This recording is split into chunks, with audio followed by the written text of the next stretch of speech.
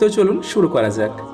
হযরত হালিমা সাদিয়া রাদিয়াল্লাহু তাআলা আনহা, যিনি মুহাম্মদ মুস্তাফা সাল্লাল্লাহু আলাইহি সাল্লামকে শৈশব বেলাতে পরিচর্যা করেছিলেন, আর যিনি আপনি সাল্লাল্লাহু আলাইহি সাল্লামের দাইমাও ছিলেন।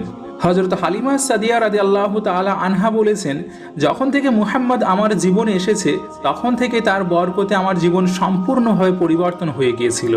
আর যার বরকত এতটাই ছিল, সেই জন্য আমরা মুহাম্মাদের নাম পরিবর্তন করে বরকতময় রেখে দিয়েছিলাম। হযরত হালিমা সাদিয়া রাদিয়াল্লাহু তাআলা আনহা বলেছেন, একবার আমাদের এখানে খরা শুরু হয়ে গিয়েছিল, মানে চারিদিকে শুষ্ক পড়ে গিয়েছিল, জীবজন্তুরা সব ক্ষুধার্তে মারা যাচ্ছিল। কিন্তু আমার বাচ্চারা যেদিকেই ছাগল নিয়ে যেত, তো সেখান থেকে আমাদের ছাগলগুলো খুব খাওয়া দাওয়া করে ফিরে আসতো, মানে খুব পেট ভরে খাবার খেয়ে তবে ঘরে ফিরে আসতো।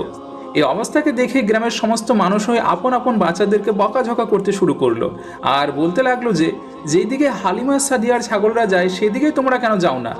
আর যার পর